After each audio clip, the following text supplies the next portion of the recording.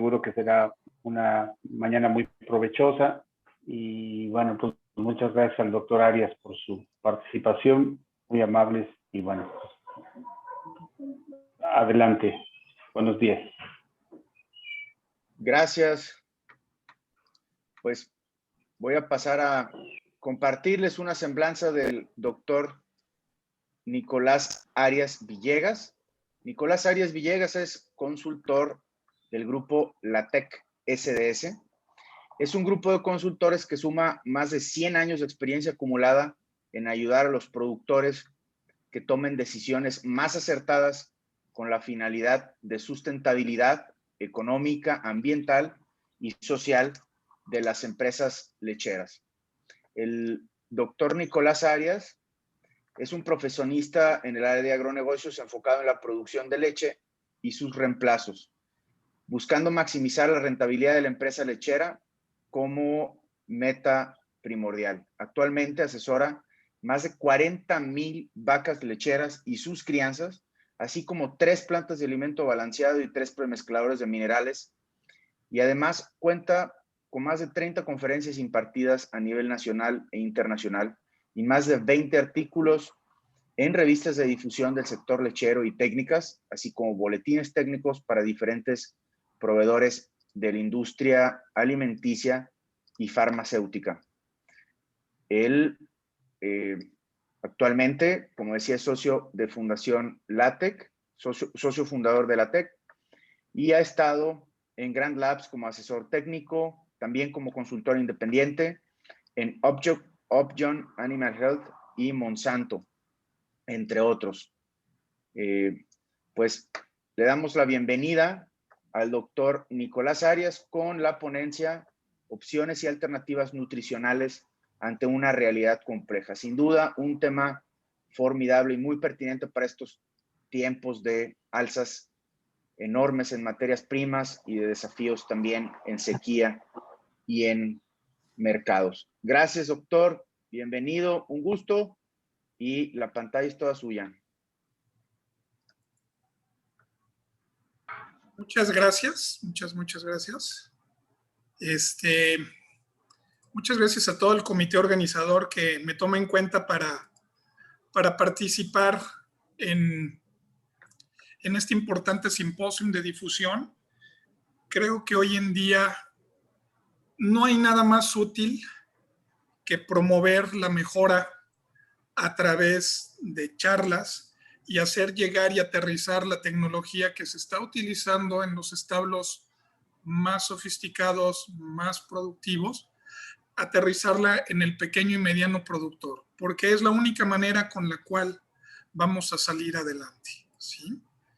La charla con la cual vamos a platicar de alternativas nutricionales ante una realidad compleja, pues me hace recordar lo principal, ¿no? ¿Sí?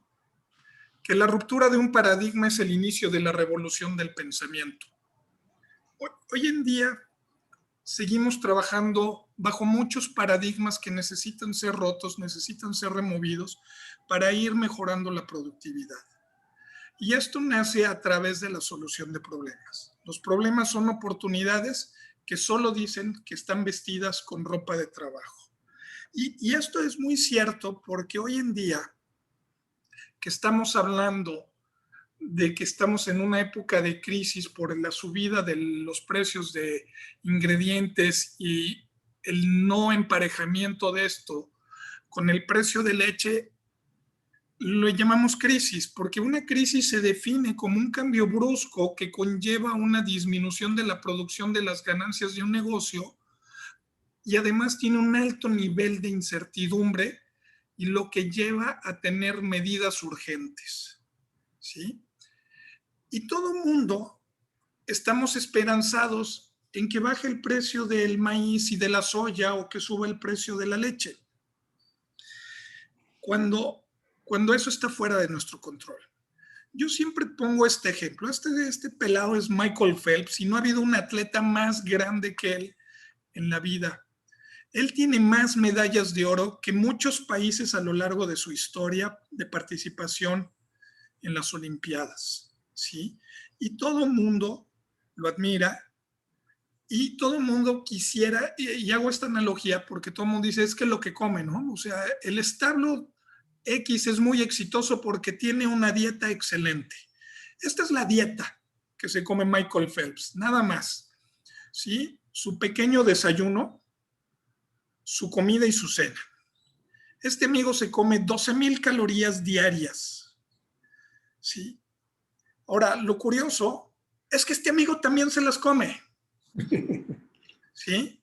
No más que hay una gran diferencia. ¿Cuál es la diferencia? ¿Qué hace que Michael Phelps sea esta anatomía y este amigo tenga esta anatomía? No es más que el entrenamiento, no es la dieta, ¿verdad? Y lo mismo quiero hacer de analogía con esto. Entre esta crisis que estamos viviendo, creo que tiene que tener, el pensamiento tiene que estar estructurado, analizar el problema. Y una vez que analicemos el problema, tenemos que determinar cuál es el problema. El problema no se llama subida de precios, ni baja de precio en leche. Ese no es el problema. El problema se llama baja rentabilidad en los negocios lecheros. Establezcamos la solución y ejecutémoslas. Porque muchas veces todo se queda en, como digo yo, en el efecto del sopilote estreñido. Planea, planea y no obra, ¿sí? Entonces tenemos que establecer cuál es correctamente el problema, establecer las soluciones, una línea de soluciones, ¿sí? Y ejecutémosla. Y entonces, si nosotros estamos determinando el problema y decimos que el problema se llama baja rentabilidad del negocio lechero, y entonces estableceremos cuáles son las causas de ese problema, vamos a ver que es una baja de precio en leche, un incremento en precio en granos y también entra una baja o pobre calidad de mis forrajes con una baja conversión alimenticia de mi ganado y un pobre desempeño de mi reemplazo. Todo eso conlleva a que yo tenga una baja rentabilidad de mi negocio. Ahora, de estas causas, sobre cuáles puedo trabajar y en cuáles tengo injerencia. Hace rato yo platicaba que a mí no me hablan para decirme, oye, Nico, ¿te parece si subimos el precio de soya o lo bajamos? O subimos el precio de la leche o lo mantenemos, ¿sí? De estas causas, ¿cuáles están bajo mi control? El bajo precio de la leche no lo está. Me tengo que dejar de preocupar por eso. El incremento de los precios en granos está bajo mi control, no y sí parcialmente. Y puedo trabajar en eso. Pero sí puedo trabajar mucho sobre la baja calidad de los forrajes que tengo, la pobre o baja conversión alimenticia que presenta mi ganado y el pobre desempeño de mi reemplazo. Y entonces me conlleva a pensar y trabajar en causas que las que yo tengo injerencia. No se esperance a que suba el precio de leche para que salga yo del problema económico en el cual estoy metido. Tengo que cambiar mi mentalidad. Nadie mejora haciendo lo mismo. Eso es cosa de locos, decía Albert Einstein. Y mi padre decía, nadie mejora haciendo menos. La frase con la que a mí me formaron decía, si tú haces lo necesario y después haces lo posible, terminarás haciendo cosas que pensaban eran imposibles. Y a veces no hacemos ni lo necesario y queremos mejorar. Y en el entendido también que bajar costos no es necesariamente quitar cosas o comprar barato. Bajar costos implica un cambio de mentalidad, ¿sí? Y corregir todas mis metodologías que me conllevan a tener una rentabilidad baja. ¿Sí? En el momento que yo incremento las ganancias de peso de mis reemplazos y en lugar de estar inseminándolas a 14 meses para que paran de 23, 24 meses, las logro hacer parir de 22 meses con el peso correcto, no con la edad nada más, con el peso correcto, ¿sí? Y la talla correcta, estaré bajando costos, incluso si me cuesta un poco más la ración, ¿sí? Bajar costos no es nada más hacer recorte de gastos. ¿Dónde puedo trabajar? Yo siempre parto que en este momento tenemos que, uno, echar a andar mejor o apretar la tuerca, el engrane del manejo. ¿Sí? Eso no me implica un gasto. Me implica trabajar diferente. Me implica pensar y ver el negocio de manera diferente. Sí tengo que dar un ajuste en la formulación. ¿Por qué? Porque si bien la nutrición o la alimentación, llamémosle, es el costo directo más elevado, que representará de un 60 a un 70% del costo de producción del litro, ¿sí? Sí me da el área de oportunidad para lograr ahí bajar los costos, mejorando la eficiencia y mejorando mi costo de producción por litro. Y junto con esto, el engrane más fino y por el cual no tenemos un rubro en nuestro balance contable es el análisis de la información y la toma de decisiones. ¿Cómo me gustaría que existiera ese rubro contablemente y que dijera, el costo de tus estupideces son estas? El costo de tu abandono a tu negocio es esto, ¿sí? Y eso no viene, pero sí viene lo que nos cuesta la soya, la canola y todo eso. Entonces, aquí lo que yo quiero hacer énfasis es que tiene que ser fundamentalmente estos engranes trabajando de manera conjunta para que logremos la solución de ese problema de baja de rentabilidad en el negocio lechero. Manejo. ¿Qué podemos hacer ante el alto precio de ingredientes? Lo primero que tengo que hacer es dejar de pensar en una ración común para todas mis vacas. Entiendo que todas son vacas de la misma raza, pintas, 4 patas, una cola, 2 ojos, 2 cuernos a veces y a veces no, ¿sí? Pero no todas son iguales. Tenemos que pensar que la alimentación estratificada de acuerdo a la producción de leche es lo que va a aumentar la rentabilidad de mi negocio, ¿sí? Y pensar que entre kilo de materia seca y kilo de materia seca, ¿sí? Entre una alta productora, una media y una baja debe de existir un diferencial de 30 centavos. ¿Sí? Esos 30 centavos multiplíquenlo por los kilos de consumo de materia seca que están teniendo sus vacas y van a ver que existe una diferencia muy, muy alta, lo cual me permite hacer más rentable sin haber quitado nada, simplemente estratificando mi ganado y llegando, amarrándole esa parte de manejo con el segundo engrane, que es la formulación, y con el tercer engrane que echó a andar todo esto, que es el análisis de la información, ¿sí? Y la toma de decisiones que yo haga de acuerdo a esto. Esto, si lo vemos en un escenario de una ración única, podemos ver que hoy en día el kilo de materia seca me está costando $6.70, ¿sí? Y tengo vacas altas, medias, bajas y todas comen diferentes kilos de materia seca, ¿sí? 25, 23, 21 y el costo de alimentación va a ser 167, 154 y 140 y 134. Y podríamos ver es que sí me cuesta menos, pero el kilo de materia seca me cuesta menos. Y esto me haría en un escenario de 450 vacas tener un costo de alimentación diario de 67,938 pesos, lo que me dice que en base a un ponderado de todas estas vacas con diferentes producciones y diferentes consumos, me cuesta alimentar a mis vacas 150,97 centavos. Ahora, si yo analizo la información y hago mi pesada de leche vaca por vaca semanalmente, le doy seguimiento a esto, ¿sí?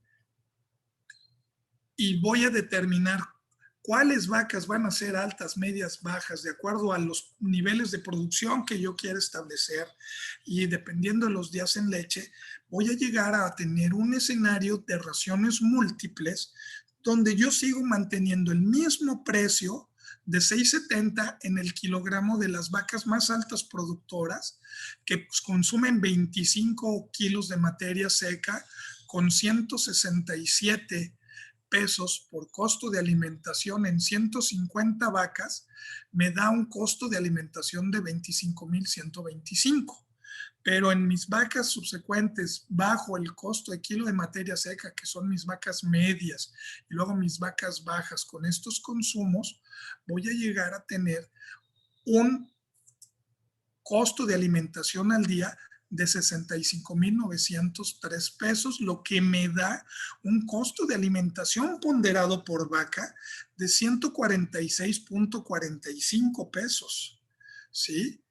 Esto hace, ¿sí?, que lleve yo a analizar ya mi ingreso sobre costo de alimentación. Y es por eso que les digo y hago mucho hincapié en que el análisis de la información que está ahí, nada más es cosa de ponerla y ordenarla, ¿sí?, junto con las medidas de manejo y junto con la medida de formulación, me ayudarán a mejorar mi ingreso sobre costo de alimentación.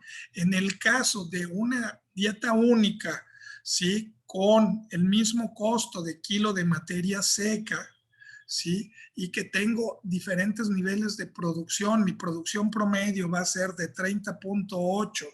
No quiero poner un ejemplo de un establo que produce hoy 40 litros y todo eso, que podríamos hacerlo, pero poniéndole en una media nacional que dijera mis vacas producen 30.8 kilos, cada vaca, después de pagar su alimentación, me está implicando tener una ganancia de 64.94 pesos. Pero aquí yo veo que traigo un grupo de vacas bajas que me cuesta 6.70 con 21 kilos de consumo en materia seca, 140.70 de costo de alimentación, ¿sí? Y si vemos la alimentación del grupo me cuesta 1,200, la venta de leche es esta, yo le pierdo 70 centavos por vaca. Alimentar esas vacas diariamente, yo le estoy perdiendo 42 pesos. Desde ahí empieza uno a ser muy cuidadoso con los pesos que empieza a gastar en cada grupo de alimentación, ¿sí? Si me voy a un ejemplo de ración múltiple, empiezo a ver que ya en el mismo ejemplo, con todos los mismos números, las vacas altas me dejan lo mismo, pero las vacas medias ya me dejan más y las vacas bajas incluso me dejan 11.90. Fíjense qué gran negocio hice yo. De perder 70 centavos a ganar 11.90 pesos por vaca, hace una gran diferencia, ¿sí? Lo que me da una diferencia de 69.46 pesos de ingreso sobre costo de alimentación una vez que ya pagué esto, junto con el mismo promedio de producción de 30.8. ¿Qué es lo que hace la diferencia entre ganar 69 y 64? 61,833 pesos al mes, ¿sí? Creo que con eso ya bajamos el costo, ¿sí? Ya nos hicimos más rentables y esos 61,833 permitirá pagar parte de las nóminas, permitirá hacer inversiones en algunas otras cosas que queramos hacer, y entonces vamos a ver que ahí con esa parte principalmente ya empezamos a tener unas ganancias, ¿no? Y simplemente no hice otra cosa más que tomar decisiones de acuerdo a la realidad existente del establo en materia productiva, con diferentes vacas que producen diferentes niveles de leche, y eso me llevó a tomar la decisión de hacer esto, ¿sí? Pero ahora, hablando ya de un punto interesante que es la formulación, ¿dónde podemos actuar para enfrentar el alto precio de estos ingredientes? ¿Sí? Uno de los puntos más importantes que yo veo es que la mayoría de la gente sigue pensando en la proteína cruda como como un requerimiento, como un factor de producción. Y compramos concentrados de acuerdo a los niveles de proteína. Cuando las vacas en realidad no tienen un requerimiento de proteína cruda. Hoy en día formulamos desde el 2001, con un concepto que se llama proteína metabolizable, que es la proteína que verdaderamente llega al intestino y puede ser utilizada y es absorbida. Y esto con la función de abastecer de aminoácidos a la vaca, que son los que verdaderamente tienen una función biológica. La proteína per se es una molécula muy grande que no tiene una función si no es desbaratada en estos aminoácidos, y estos aminoácidos son los que verdaderamente nos van a ayudar a producir la leche que queremos. ¿Y cómo vamos a ver lo que está pasando esto? Chequemos simplemente nuestros niveles de urea en leche. ¿Sí? Hoy en día, si yo veo en promedio cuánto es este nivel de urea en leche, perfectamente puedo creer que un promedio a nivel nacional andará entre 14 y 15 miligramos por decilitro de urea en leche, lo cual me está hablando que hay un desperdicio de la proteína. ¿Sí? ¿Qué es lo que se está buscando hoy? ¿Sí? Con diferentes autores, y con quien más yo he empatado es con donde me gusta traer los establos entre 8.5 y 10.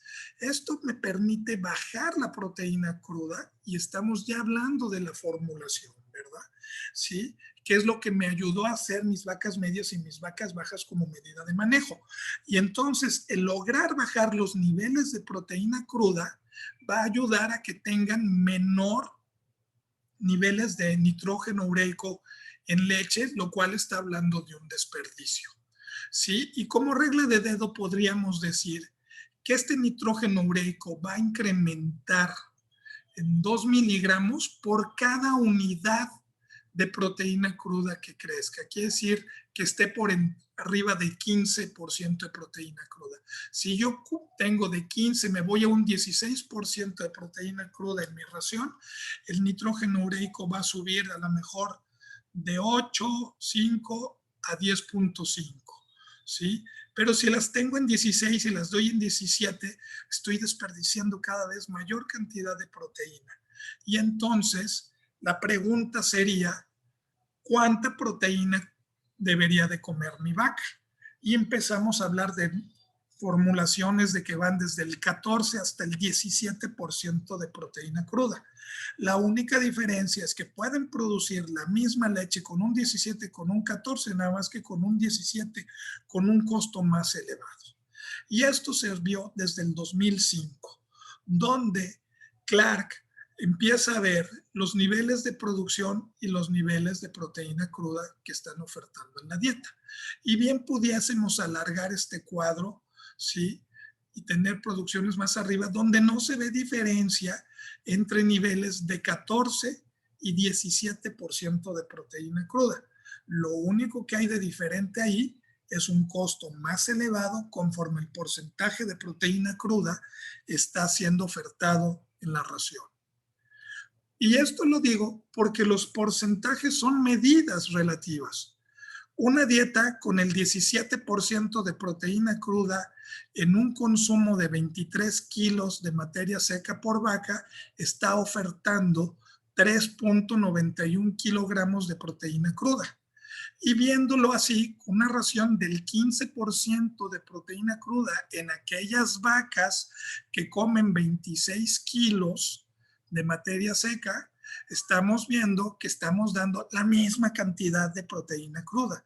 Entonces, si me dicen es mejor una ración del 17 que la del 15, pues lo cuestionaríamos si no sabemos cuál es el consumo de materia seca que tienen nuestras vacas. Y ahí entramos a otra parte de ver el negocio hacia adentro. En realidad yo sé cuántos están comiendo mis vacas, lo que pasa es que normalmente no.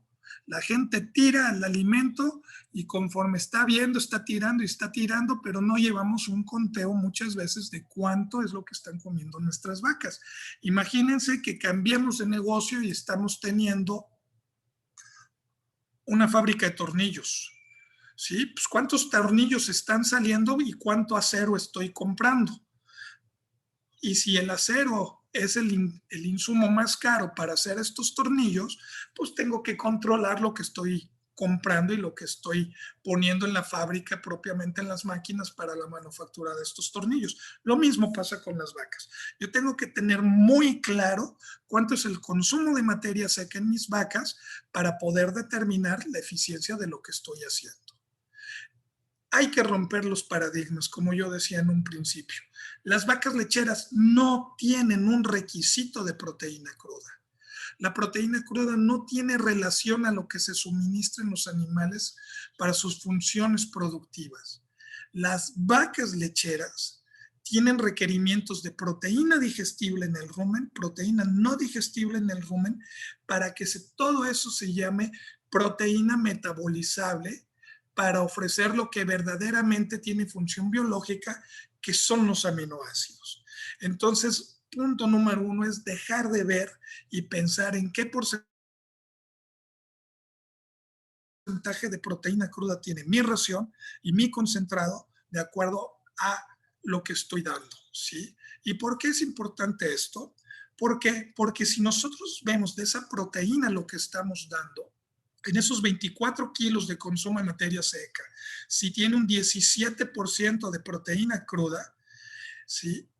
Solamente el 6% de nitrógeno es almacenado en tejidos corporales, ¿sí? Un 40% es excretado en la orina y un 24% de ese nitrógeno es excretado en las heces fecales.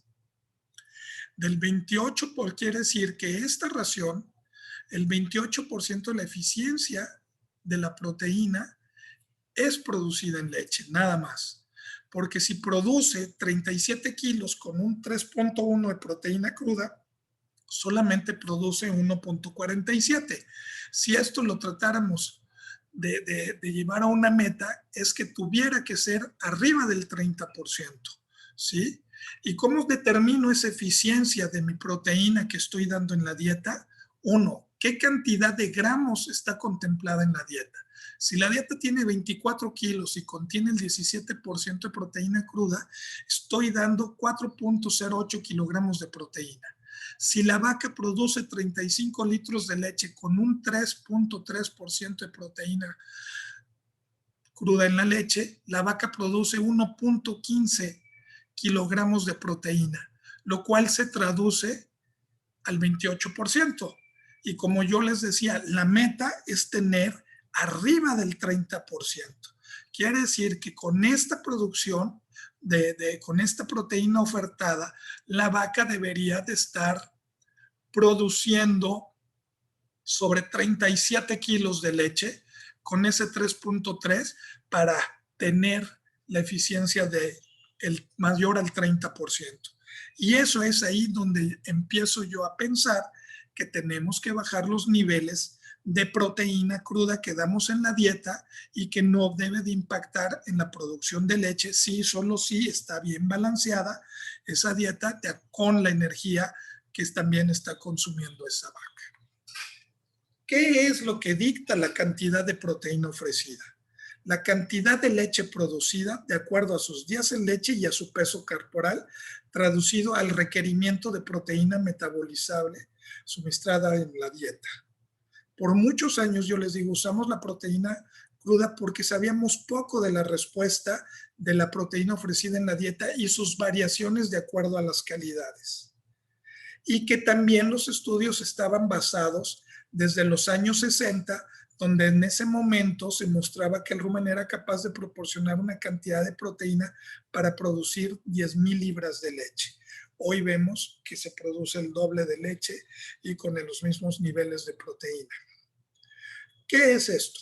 Esto ya viéndolo en una dieta, vamos a ver que la dieta se compone de 6.75 kilogramos de maíz rolado, un núcleo proteico de 3.1 kilogramos, un ensilaje de maíz B de mediana calidad, 4.95, una alfalfa Sarasa, 2.9 kilos, alfalfa heno, 2.9 kilos, un ensilaje de más alta calidad, que es el ensilaje maíz A, ¿sí? En 3 kilos, heno de avena, un suplemento líquido que es a base de melaza y gomas, con nitrógeno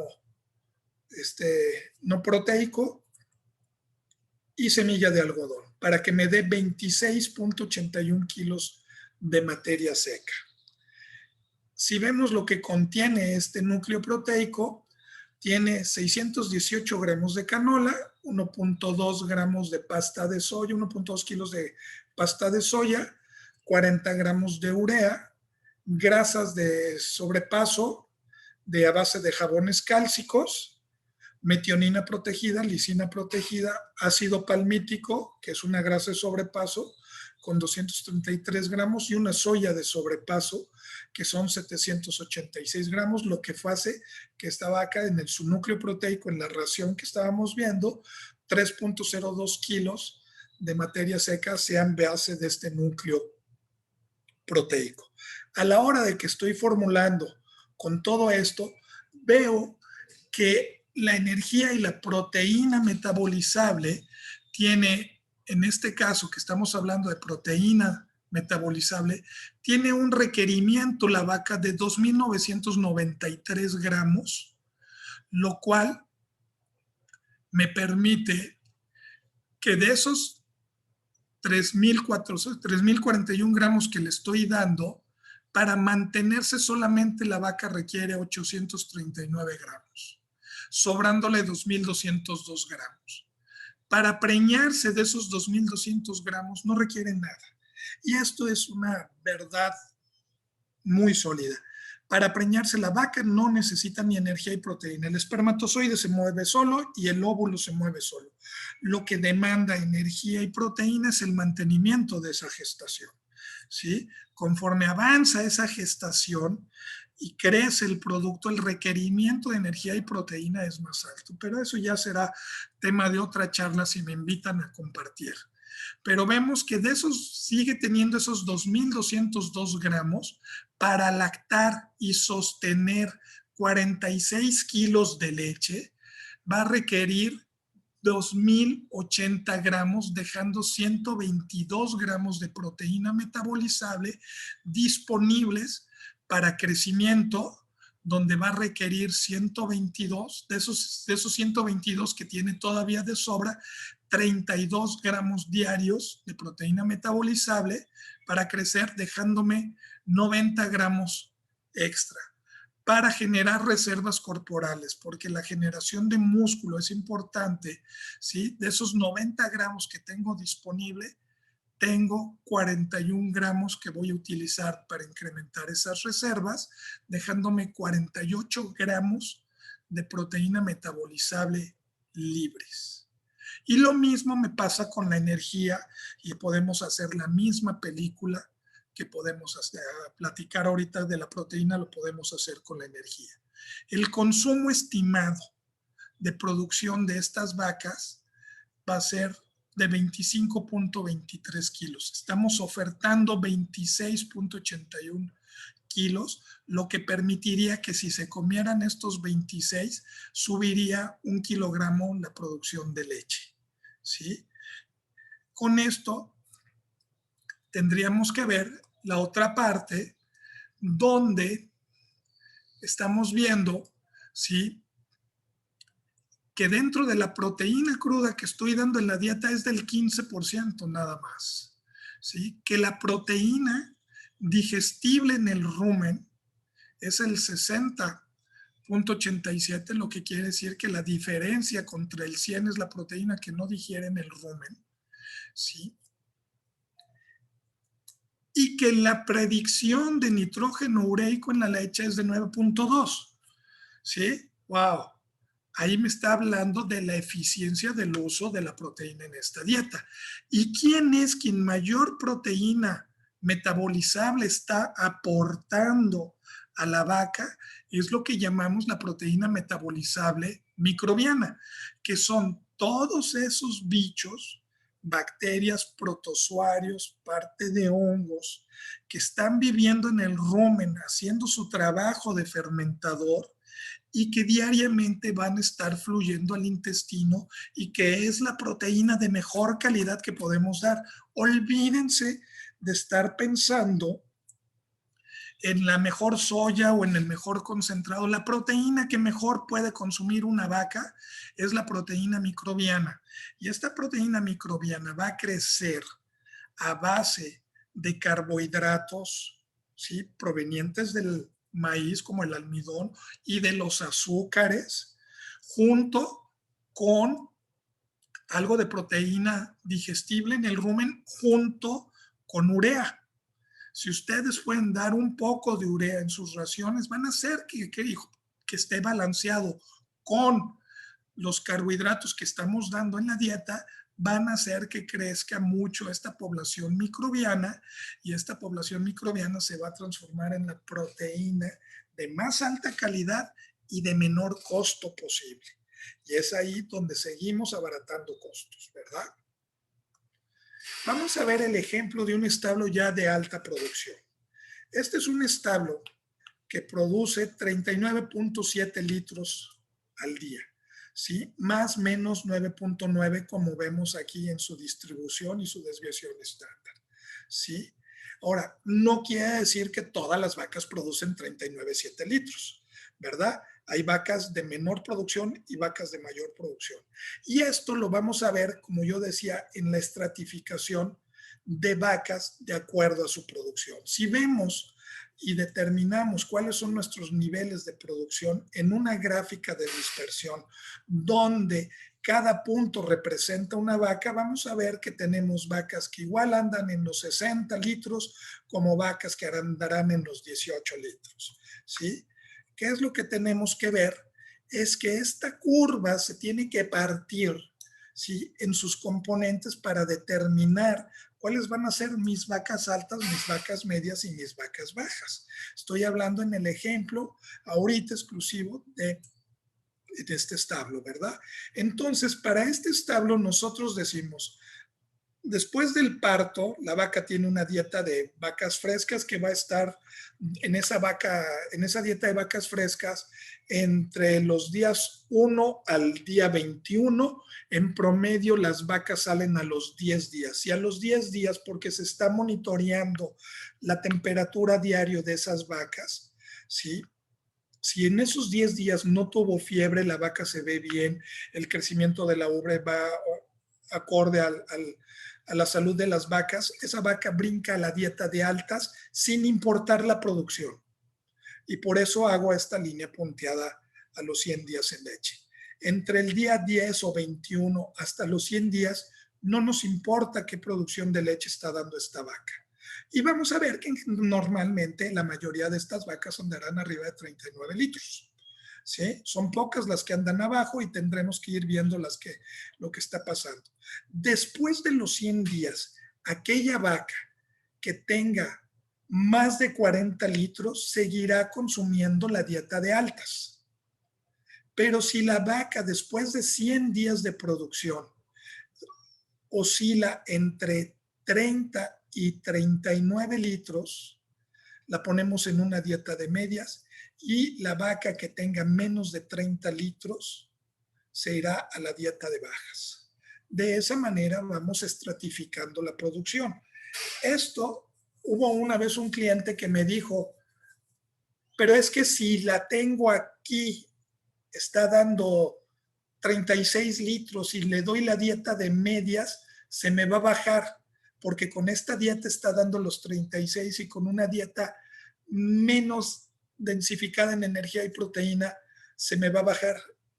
A la hora de que él vio lo que hacíamos, se dio cuenta que no pasaba nada. Esa vaca ya estaba dando los 36 litros y con un menor consumo de materia seca, ¿sí?, y con un costo más elevado y con riesgo de que si yo les mantuviera con esta dieta, esa vaca engordara, ¿sí?, y que al final de la lactancia tenga una vaca gorda que en su próxima lactancia me va a dar un problema metabólico después del parto, con mucho mayor riesgo de tener esto.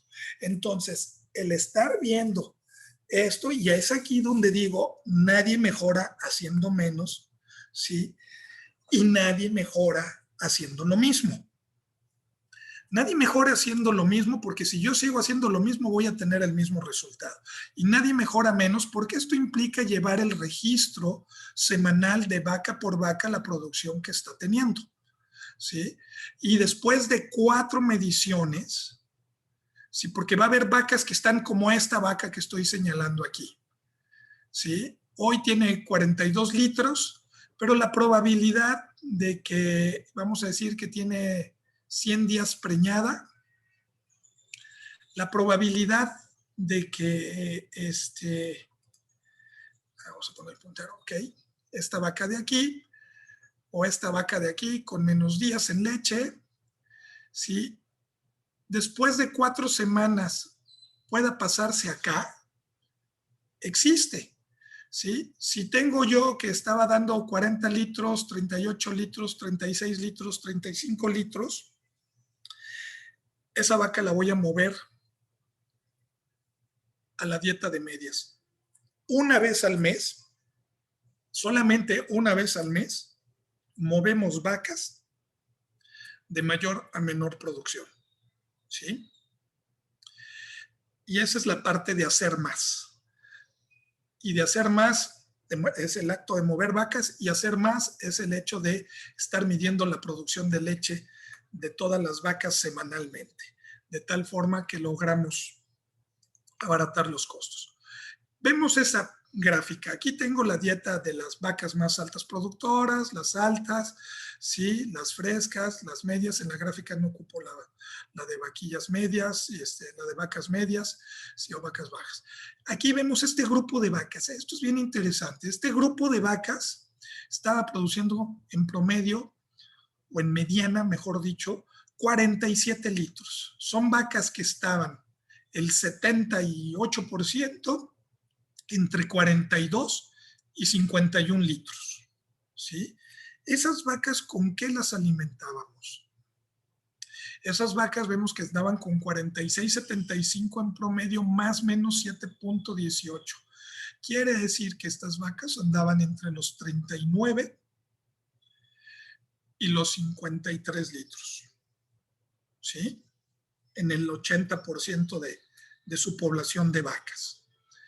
Esto, a la hora de que vemos los corrales, ¿sí? Porque ya ahí veíamos nada más el grupo total de vacas de acuerdo a su clasificación. Pero estos ya son todos los corrales que estamos teniendo con estas vacas. Vemos que está en el corral 5, 8, 12 y todos estos, pero ninguno promedia menos de 40 litros. Todos estarán en el orden de los 47, 45, 46, 47, ¿sí? Ahí andarán todas esas vacas. Y esto implica orden y disciplina para ser específicos y tener las vacas que debemos de tener en las producciones que debemos de tener para alimentarlas correctamente. Y esto no es más que con un ejemplo yo le diría, vamos a hacer overoles para los mexicanos. En promedio el mexicano mide 1.70. Pues yo ya me quedé sin overol. Yo mido 1.85 y entonces yo ya me quedé sin overol. Y me encontraré algún amigo chapaneco ahí, chaparrito, o de cualquier otro lado que mida 1.65 de estatura. A él le va a quedar el overol, pero le va a quedar grande. ¿Y qué es lo que va a hacer con la tela que le sobra de mangas y de piernas? Lo va a cortar y lo va a tirar. Y eso se llama desperdicio. Lo mismo pasa con la alimentación de las vacas. Hay que hacerles trajes a la medida lo más posible, ¿sí? De tal forma de que si hacemos esto, nosotros vamos a poder verdaderamente ahorrar bajando los costos sin desperdiciar recursos. Si nosotros vemos en este ejemplo de estas vacas, donde vemos cómo están estas vacas altas distribuidas a lo largo de sus días en leche, y veo que tengo vacas que están en los primeros 30 días, como vacas que tienen más de 300 días, ¿sí? Produciendo los 40 litros, ¿sí? Con un consumo de 27 kilos de materia seca. ¿sí? Si ya vemos el consumo real, porque esto me determina el sobrante, ¿sí? Vamos a ver que la conversión alimenticia que están teniendo estas vacas es de 1,73 por cada kilo, ¿sí?, que se comen estas vacas. Están dando 1,73 kilos de leche. El objetivo de la dieta fue que con un consumo de 26,81 kilos sostener 47 kilos, con una conversión alimenticia de 1,75. Quiere decir que lo que estamos haciendo con esto es nutrición de precisión. Estamos teniendo una precisión en el 99% del requerimiento de esas vacas, lo cual me hace ser eficaz porque logro el objetivo y eficiente por no estar desperdiciando productos. El otro punto que yo quiero hablar muy importante es si verdaderamente queremos bajar costos, como dice la vaca, trabaja en la calidad de tus forrajes. Si nosotros vamos a ofrecer forrajes de calidad, automáticamente vamos a bajar el costo.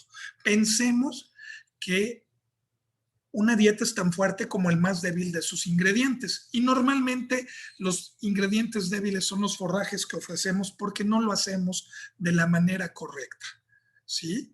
Esto es manejo, ¿sí? Es el mismo costo agrícola producir un buen forraje que un mal forraje, ¿sí? Yo siempre pongo este ejemplo. Nosotros sembramos maíz para cosechar leche. Y esto no es más que un proceso de organización.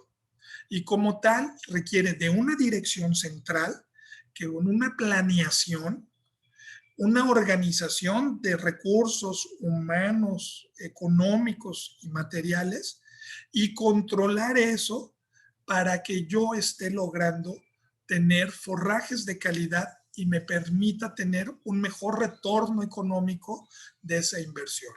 Veamos un ejemplo que saqué en esta última cosecha de maíces aquí en la región, ¿sí? Estoy viendo dos maíces, uno A y uno B. El maíz A lo cosechamos con un 32% de materia seca y el maíz B con un 27,45% de materia seca. La proteína cruda era más alta en el ensilaje de maíz B, ¿sí? El almidón era mucho más alto en el ensilaje de maíz A, claro, tiene mayor materia seca, ¿sí?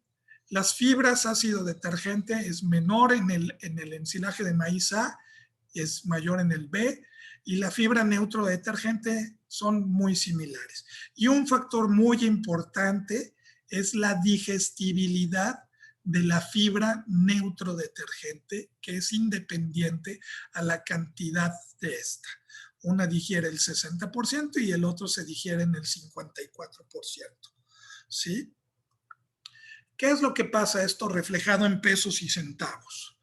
Que si yo tengo una ración que voy a formular con el maíz A o con el maíz B, bajo las mismas condiciones, voy a ofertar 26 kilos de materia seca, como ponía yo en el ejemplo de las vacas anteriores. Un porcentaje de almidón de 28% en esa dieta. Si el precio del kilogramo de materia seca va a ser diferente, ¿sí?, en el maíz A o en el maíz B, porque en el maíz A veíamos que tenía mayor porcentaje de materia seca que en el caso del maíz B. Entonces, el precio con el que compran el ensilaje de maíz se divide entre el porcentaje de materia seca y eso nos va a dar el costo del kilogramo de materia seca, ¿sí? Es por eso que este ensilaje de maíz B cuesta más, porque tiene 27% de materia seca, 27,45 contra el 32, ¿sí? Si el precio del maíz rolado en su momento estaba en 6 pesos, es igual para los dos. Si yo quiero formular con 8 kilos de materia seca, ¿sí?, de ensilaje de maíz, el almidón aportado por el ensilaje de maíz, en el caso del A son 2,11 kilos y en el caso del B es 1,31 kilos. El almidón formulado en kilogramos son 7.28, ¿sí? Porque el 72% del maíz rolado es almidón, ¿sí? Que es igual para los dos.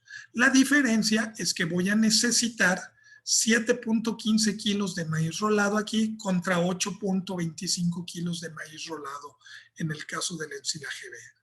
¿Sí? El almidón aportado por el maíz rolado son 5.14 contra 5.94.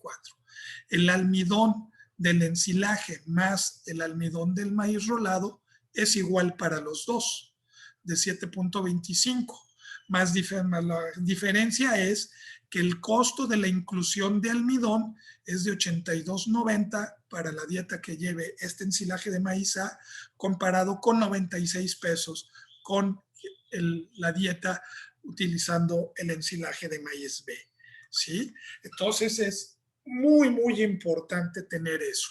Entonces para eso tenemos que tener un programa de planeación de nuestro programa de forrajes en los cuales yo lleve, sí, la selección de semilla, el cultivo, cosecha y almacenaje y extracción, todo perfectamente hecho para que logre tener un producto de calidad que me permita comprar menos cantidad de maíz rolado.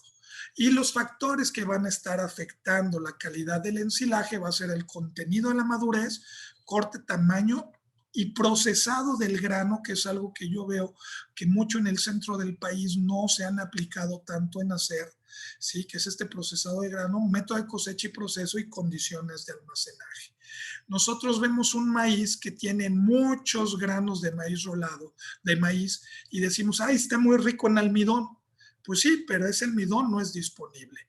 Ese almidón tendría que ser aplastado para que logre ser digerido por las bacterias que tienen, ¿sí? Muchos granos de almidón no están disponibles. Y entonces, ¿qué es lo que pasa? Que si no procesamos ese grano, ese maíz con la procesadora de granos, se va a reflejar en consumo de materia seca, como lo determina Living Kuhn en el 2004, con una diferencia interesante de consumo de materia seca que se va a ver reflejado en la producción de leche, ¿sí? En eso vamos a ver reflejado el no procesar.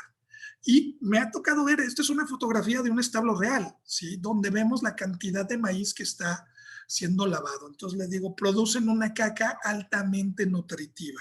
Las palomas van a estar gordas, cachetones, por el maíz que están comiendo, que están encontrando ahí. ¿Qué tanto es tantito? Siempre he dicho eso. Si nosotros medimos el almidón fecal y la meta es estar por abajo del 3%, cada cambio de unidad porcentual de almidón fecal va a tener un reflejo de 315 mililitros de leche, ¿sí? En un ejemplo, en 50 vacas en producción, donde tenemos 3.5 de almidón fecal contra 5.8 de almidón fecal, ¿sí? Este establo que está produciendo teniendo 5.8% de almidón fecal, lo multiplico, o primero resto 5.8 menos 3.5 son 2.3 unidades de diferencia. 2.3 unidades las multiplico por esos 315 mililitros, son 724 mililitros por vaca perdidos. Por 50 vacas es la producción de una vaca. Hagan de cuenta que les regalaron una vaca por haber hecho bien su trabajo. Manejo, toma de decisiones, ¿sí? Y esto es el resultado de un buen forraje con un buen ensilado. Si ustedes tienen un buen forraje con un mal ensilado, no van a salir las cosas bien. Si tienen un mal forraje con un buen ensilado, no lo van a convertir en bueno. Y también les voy a garantizar que un mal forraje con un mal ensilado van a salir las cosas bien. En conclusión, quiero decir que si la formulación por producción logramos incrementar nuestro ingreso sobre costo de alimentación en 4.52 pesos por vaca día y con una formulación de precisión utilizando aminoácidos y diversas fuentes de proteína, logramos bajar 2.7 pesos por día, ¿sí? Y si trabajamos en nuestra producción de ensilaje de maíz y elevamos el porcentaje de almidón y logramos bajar 700 gramos de maíz rolado al día, con un precio de 7 pesos kilogramo, vamos a tener la capacidad de ahorrar 14.22 pesos vaca día, ¿sí? Esa es la diferencia entre vivir y morir, ¿sí? Esos 14 pesos pueden llevarme a dejar de pensar y esperanzar a que baje el precio del maíz rolado y a que suba el precio de leche. La ventaja es que si bajara el precio de los ingredientes y subiera el precio de leche y yo ya aprendí a trabajar con esto, voy a tener más de 14.22 pesos de beneficio por vaca día, ¿sí? Necesitamos enfrentar los problemas con esta matriz. Primero se hace lo urgente o primero se hace lo importante. Pero primero se tiene que hacer lo importante y urgente, después se hace lo importante no urgente, después se hará lo urgente y por último se hará lo que no es importante y no es urgente, buscando tener un sentido de eficacia que se llama lograr los objetivos y eficiente sin desperdiciar recursos, ¿sí? Y pensemos que la identificación y selección del problema y el análisis del problema tiene que ayudarnos a generar alternativas de solución para después evaluar la solución que llevamos a cabo, seleccionar y planificar las soluciones y ejecutarlas y controlarlas, ¿sí? De tal manera que este es un proceso mental, ¿sí? Encontré esta frase ya para ir terminando que dice, un problema que se soluciona con dinero no es un problema, es un gasto, ¿sí? Y la adopción de tecnología tiene que ser más rápida y tenemos que buscar eso. Este fue el primer carro de Henry Ford y no por ser el primero y haber sido históricamente el primer carro, es mejor que este carrito que hoy consideramos de los niveles más bajos, ¿sí? Este carrito es más eficiente en su uso de combustible, en su seguridad, en su velocidad, en su comodidad.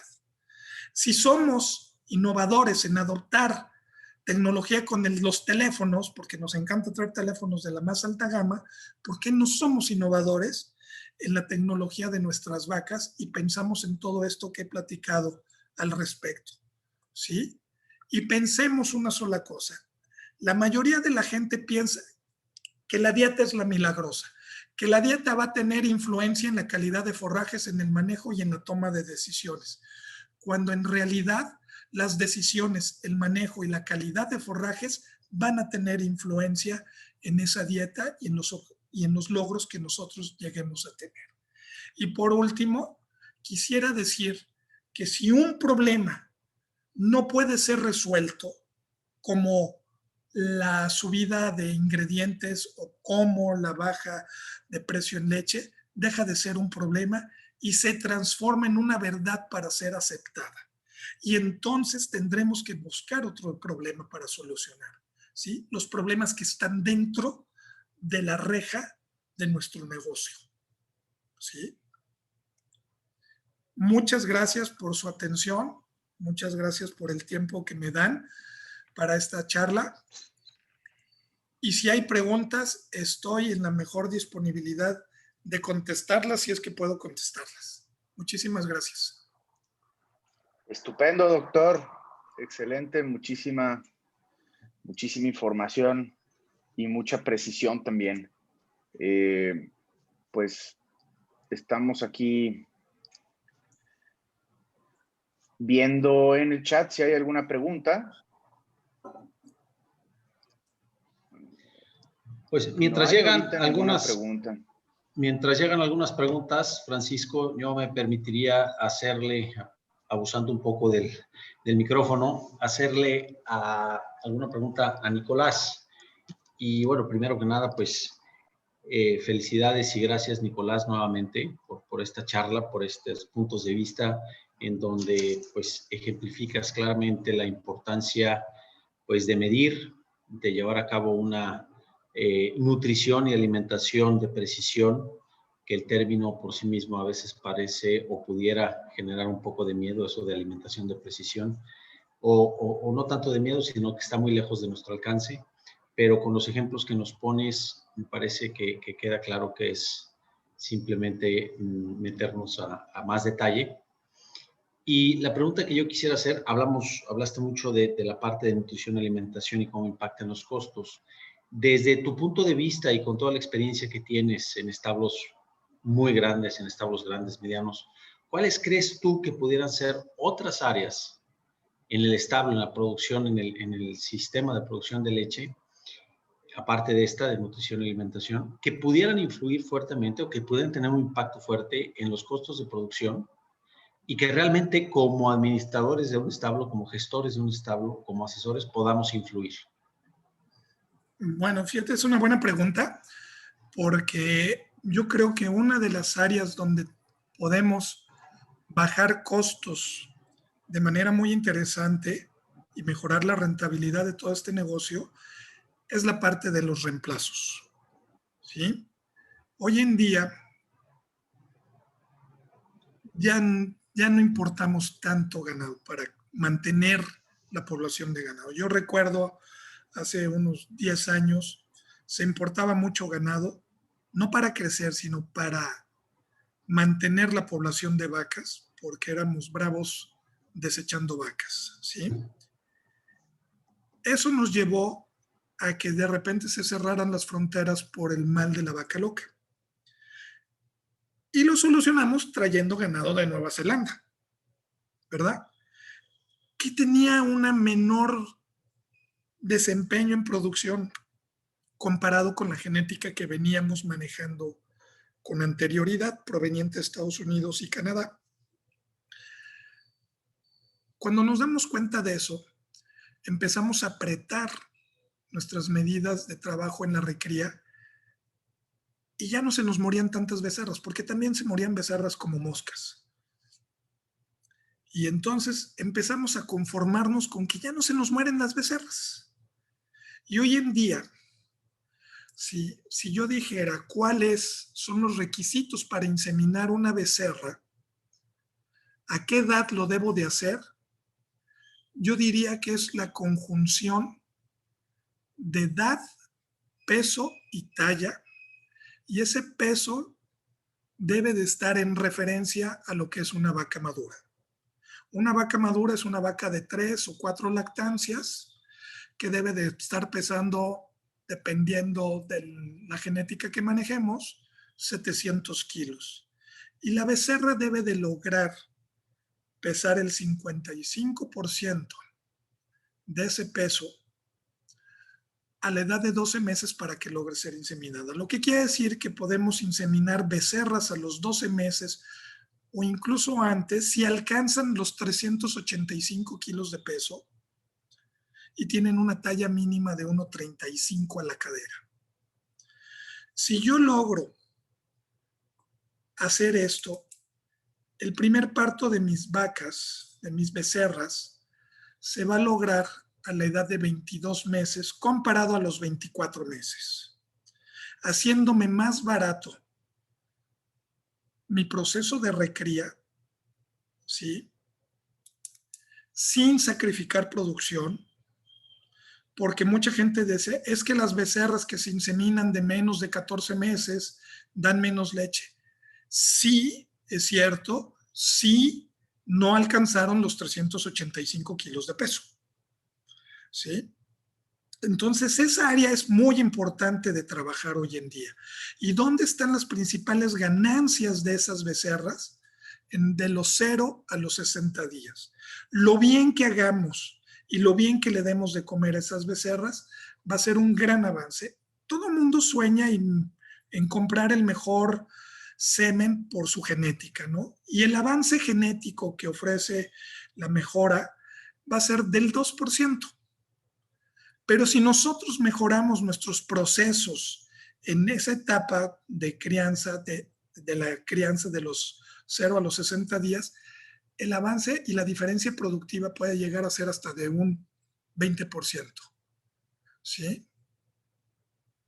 Eso hace muy eficiente y con un valor económico muy rentable mi recría. Entonces, creo que esa es la otra área de súper importancia que trabajar, es la crianza de reemplazos. Gracias, Nicolás. Buenísimo. Tenemos aquí otras preguntas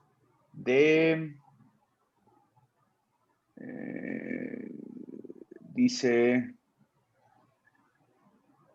Juan Ramón Cervantes, doctor, en el caso de un buen ensilaje sabemos que diferentes factores influyen en tener una buena calidad del silo. ¿Qué tanto ayuda a aplicar algún inoculante?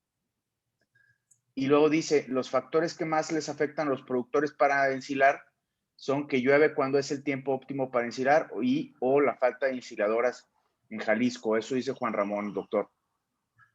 Bueno, sí, yo sí recomiendo el uso de un inoculante. Un inoculante va a permitir dirigir la fermentación de manera más controlada. Vamos a poner que efectivamente dentro de este proceso de ensilar, yo lo digo y lo defino como un manejo de riesgos.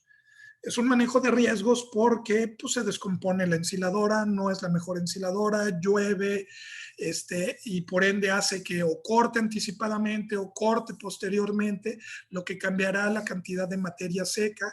Y si se me fue más porque llovió y no pude entrar a cortar, esa materia seca se me va a crecer y me va a hacer que ese ensilaje, si no lo corto del tamaño preciso, se vuelva muy esponjoso y con eso la extracción de aire con la compactación sea muy difícil. Por lo tanto, el uso de un inoculante me va a ayudar a solventar parte de esas dificultades. Me va a ayudar a que la fermentación de ese ensilaje sea más dirigida y por ende su resultado sea mejor. Pues sí es cierto, hay todas esas variables, como decía esta persona, pero pues bueno, esa es parte del trabajo y tenemos que hacer uso de las mejores herramientas que tengamos para nuestra toma de decisiones. Gracias. Aquí hay otra pregunta, dice René Pinto Ruiz. Excelente presentación, doctor, indudablemente valiosa. ¿Qué podría proponer para la lechería tropical bajo pastoreo? Esa pregunta es buena. Hubo un tiempo que estuve yendo a Veracruz a asesorar gente allá. Yo creo que tienen mucho trabajo por hacer ahí. ¿Sí? El pastoreo es una herramienta que pensamos que es muy económica. Más sin embargo, a mí me llamaba la atención en aquellas épocas que yo iba, que llegaba la época de secas y el ganado se podía morir de hambre. Los pastos tropicales, por el calor que tienen, tienden a lignificarse muy rápidamente, ¿sí? Y entonces el valor nutricional tiende a reducirse. Creo que yo hoy en día les diría que tienen que empezar a voltear a ver una semi-intensificación. ¿Y qué quiero decir con esto? Empezar a trabajar en la producción de sembrar variedades de maíces ad hoc a la zona para que puedan fortalecer aquellas deficiencias que los pastos no lleguen a presentar con la variación que tienen de acuerdo al clima y de acuerdo a la maduración que tengan estos, ¿sí? Creo yo que se tiene que cambiar el sistema para poder empezar a trabajar de una manera semi-intensiva, ¿sí? Para que logren aportar la cantidad de nutrientes, en este caso la energía que va a ir ahí en esos ensilajes de maíz, y van a seguir dependiendo de las compras de soya, un poco de maíz rolado, dependiendo el nivel de producción al que aspiren a llegar. Pero que hay que empezar a cambiar la mente, y el modelo de producción sí.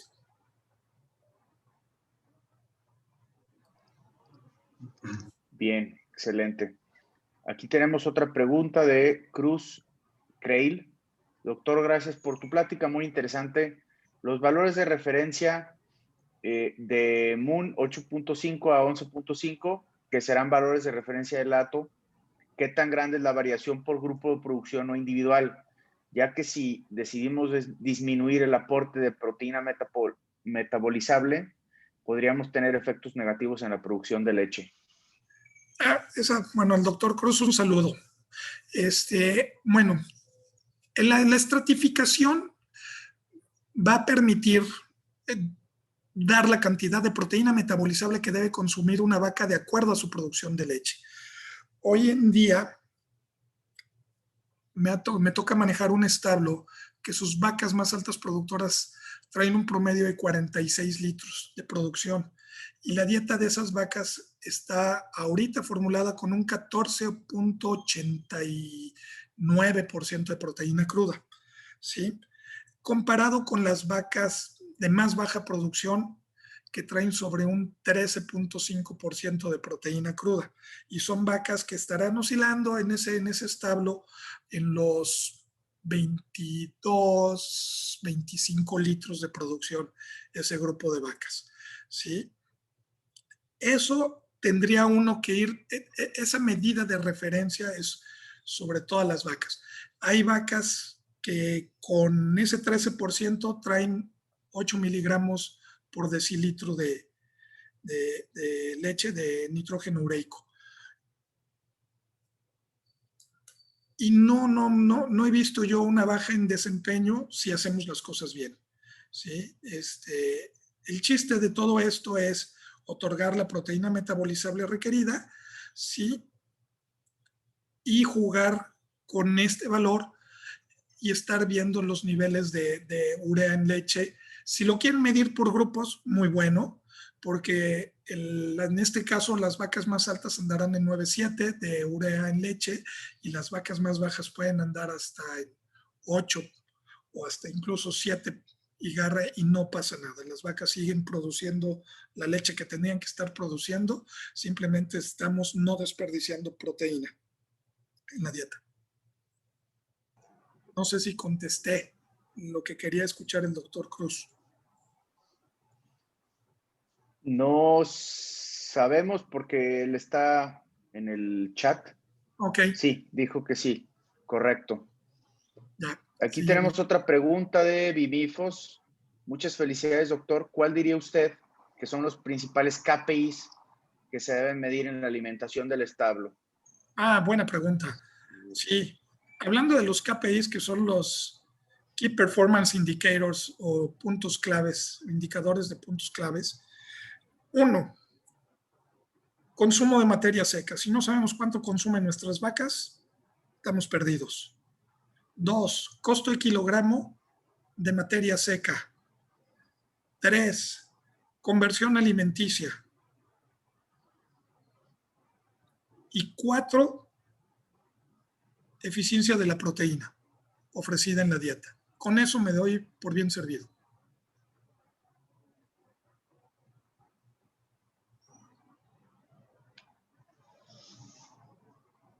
Muy bien, correcto, 4, muy concreto. Tenemos otra pregunta aquí de Sergio Vázquez. Buenos días, doctor, por su presentación y más que nada por su tiempo. Mi pregunta es, ¿ha notado alguna diferencia en producción con diferentes modelos de mamilas o de maquinaria?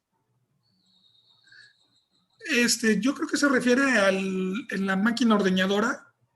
Pues no, la verdad es que no he visto, porque en el caso de mamilas, los servicios se van haciendo con diferentes compañías y a veces el ganadero cambia de compañía proveedora de mamilas y lo que puede ver que exista una diferencia y no lo sé, será el costo y será la durabilidad de estas mamilas, pero en la producción de leche no vemos diferencia alguna. Correcto. ¿Hay alguna otra pregunta por ahí de los panelistas? Francisco, sí hay una pregunta por ahí en el chat, en la parte de arriba, que me permito hacer. Licenciado José Cornejo pregunta, Nicolás, cuando hablamos de mejora de forrajes, ¿qué dirías de incrementar el porcentaje de materia seca a niveles entre el 35 y 40%? A mí no me gusta que lleguen al 40%. A mí, si me dan a escoger cuál es el nivel de materia seca ideal, sería entre 32 y 37, ¿sí? Porque cuando ya lleguemos a cortar, cuando vamos en un 37, probablemente las últimas partes de esas tablas o las siguientes tablas vayan a exceder el 40% o lleguen al 40%, lo cual hace que sea muy difícil la compactación de dicho ensilaje, ¿sí? Entonces, tendría que ser manejando un tamaño de partícula chico, lo cual va a empezar a poner en riesgo la salud ruminal, ¿sí? Porque entonces no vas a llegar a los 3/4 de pulgada para que se pueda compactar, ¿sí? El tamaño ideal sería de medio pulgada a 3/4 de pulgada. Prefiero el 3/4 de pulgada para tener una fibra físicamente efectiva a nivel ruminal y me estimule la rumia. Y por eso creo que ese rango de un 32 a un 37 se me haría el ideal para la cantidad de materia seca de un ensilaje. Perfecto, gracias. Y acaba de llegar otra pregunta que va en sentido inverso. ¿Qué opinas del ensilado con menos del 25% de materia seca? Es muy costoso. Vamos a poner, eso para mí definitivamente es muy costoso, es muy erróneo por dos cosas. Uno, el precio del kilogramo de materia seca y dos, la digestibilidad de la fibra neutrodetergente. Esa fibra neutrodetergente va a ser poco digestible y segundo y tercer punto va a ser el porcentaje de almidón que tenga ese ensilaje de maíz.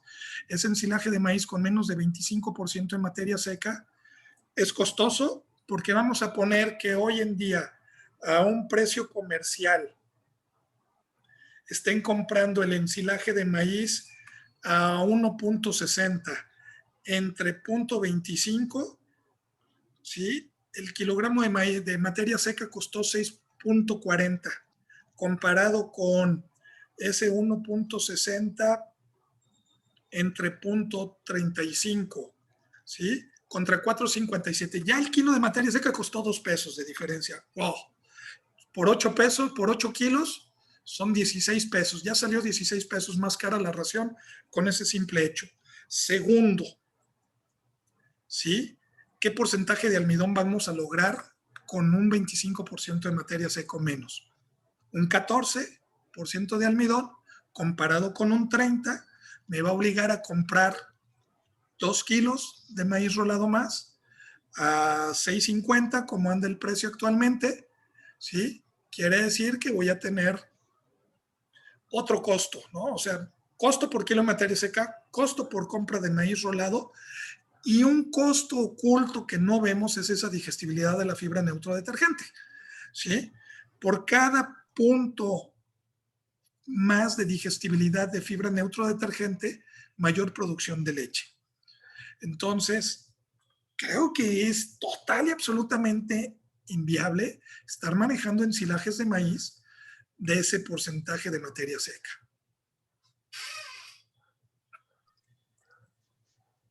Gracias, doctor. Acá tenemos un par de preguntas ya para terminar. De Carlos Ruiz. ¿Qué relación de forraje y alimento balanceado recomienda para cada etapa de lactancia? Esa pregunta es buena. A veces decimos 50-50, 40% forraje, 60% concentrado en altas productoras. En el caso del establo que yo les enseñaba, las vacas esas que están produciendo 47 litros, las más altas productoras, tienen 58% de forraje. ¿Sí? ¿Por qué? Porque el forraje es de calidad y hay en cantidad. ¿Sí? Yo creo que podemos manejar perfectamente dietas de 60% forraje, 40% concentrado, y en vacas de más baja producción podríamos estar trabajando dietas de 70% forraje, 30% concentrado. Sí y solo sí, nuestros forrajes son de la calidad para lograr hacer eso. Pensemos en el siguiente punto. El concentrado que compramos es para complementar lo que no alcanzamos a hacer con nuestros forrajes. Si nuestros forrajes son de muy buena calidad, podemos hacer una participación elevada de ellos en la dieta y bajamos mucho nuestro costo de alimentación.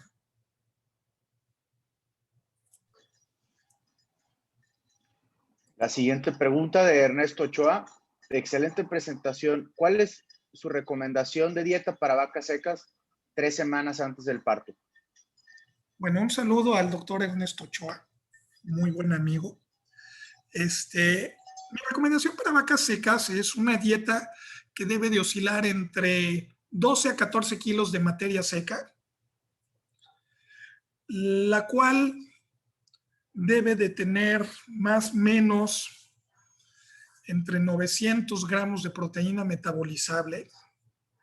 ¿Sí? Bueno, si estamos hablando en esos últimos 21 días del periodo seco que le llamamos vacas de reto o preparto, tendríamos que estar hablando de dar 1,200 gramos de proteína metabolizable. ¿Sí?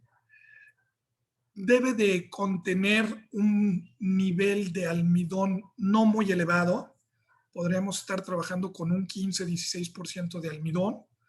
¿Sí? La fuente de la proteína, darle paso o peso a las proteínas de sobrepaso, como un soy 70, una cosa así, unas de esas ollas de sobrepaso. Y dependiendo de las problemáticas de los establos, ¿sí? En aquellos establos que lidian con vacas gordas, ¿sí? Yo estaría metiendo algo de colina junto con un buen balance de aminoácidos de metionina y lisina para lograr una transición a la producción muy exitosa. ¿Sí? No se trata de engordar vacas en el periodo seco. Si nosotros engordamos vacas en el periodo seco, no van a ganar condición corporal porque el periodo de tiempo es corto. Lo que sí va a pasar es que van a incrementar la cantidad de grasa abdominal, visceral, y esa grasa visceral es la que más rápido se remueve y esa es la que va a incrementar los problemas de cetosis. ¿Sí? Si esto no lo acompañamos con una dieta de vacas frescas, ¿sí? Que van a estar entre el día 1 y el día 21 máximo, y como yo manejaba en promedio 10 días después del parto, y hacemos que estas vacas frescas tengan una dieta curiosamente baja en energía y muy alta en proteína y proteínas de sobrepaso y cubriendo muy bien los aminoácidos, ¿sí? Las vacas que les den mucha energía van a frenar su consumo, ¿sí? Y eso va a repercutir en problemas de cetosis. Y esas bajas con cetosis subclínica, ni siquiera es clínica, subclínica, aquella que no detectamos, va a repercutir en sus días a primera ovulación. Y también va a repercutir en su pico de producción de leche. Las vacas gordas, las vacas cetónicas, van a subir y van a tener un pico de producción de leche muy alto y muy temprano, pero no van a tener la persistencia y se van a caer. Entonces, complementando la pregunta que hacía el doctor Ernesto Ochoa, yo quisiera decir que la lactancia inicia con las vacas secas. Y no es la vaca más jodida y olvidada. Tiene que ser una vaca muy bien cuidada, ¿sí? Con una alimentación muy correcta para que ella arranque su lactancia de la mejor manera. Y hacer una dieta de vacas próximas al parto sirve para dos cosas. Uno, si queremos manejar sales aniónicas y disminuir nuestros problemas de hipocalcemia al parto, o si son establos chicos donde cuesta trabajo dividir esas vacas, podemos tener una ración de vacas secas dando sales aniónicas durante todo ese periodo sin problema alguno, o quitar sales aniónicas y posteriormente dar al momento del parto y un día después a las 12 horas un bolo de calcio. O sea, hay muchas estrategias que hacer para disminuir los problemas de hipocalcemia, y la estrategia de la alimentación va a estar dirigida a la cantidad de vacas que yo pueda tener para ver si conviene o no conviene hacer una dieta de vacas próximas al parto. Creo que los hice más bolas con todo esto. Es también el chiste. Excelente. Bueno, pues hemos llegado al final. Quiero dar las gracias, doctor Nicolás, por esta presentación que pues nos aporta mucha claridad en cuanto a lo que sí está en nuestro control, lo que sí está en nuestra área de influencia. Eso, atajarlo y pues no esperar a que el entorno, los vientos cambien, sino más bien ir nosotros mismos empoderándonos y responsabilizándonos de nuestro acto, de nuestra explotación con eficacia y eficiencia. Doctor, ¿algún dato en dónde lo pueden localizar? Bueno, al final de la plática, ahí apareció la página web de lo que es la TEC, SDS, es www.latec.net, ahí estamos, y y por ese medio nos pueden contactar y, pues bueno, quedo a sus órdenes en la medida de mis posibilidades. Pues muchísimas gracias, doctor. También recordarles a todos que el próximo mayo, 20 de mayo, tenemos nuestra última charla que es Retos sobre el uso del agua en la actividad productiva. Se estima que el 80% del territorio actualmente mexicano está en condiciones de sequía, de algún tipo de sequía, con una parte ya en sequía extrema, sequía excepcional. Y bueno, estamos padeciendo un hecho bastante retador para la actividad productiva que utiliza mucho recurso hídrico. Y nuestro ponente, Eugenio Barrios, del Consejo Consultivo del Agua, nos va a dar algunos tips y algunas perspectivas generales sobre este valioso bien.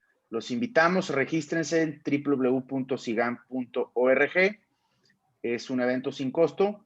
Y bueno, pues sin más, a nombre del comité organizador y a nombre de todos los participantes, le doy un fuerte abrazo a distancia, doctor. Felicidades y cuenta con su aliado Sigan para cualquier cosa. Muchísimas gracias. Hasta luego, muy buenos días. Hasta luego, muchas gracias. Gracias, Nicolás. Buenos días a todos. Gracias a ustedes. Hasta luego. Todos. Hasta luego.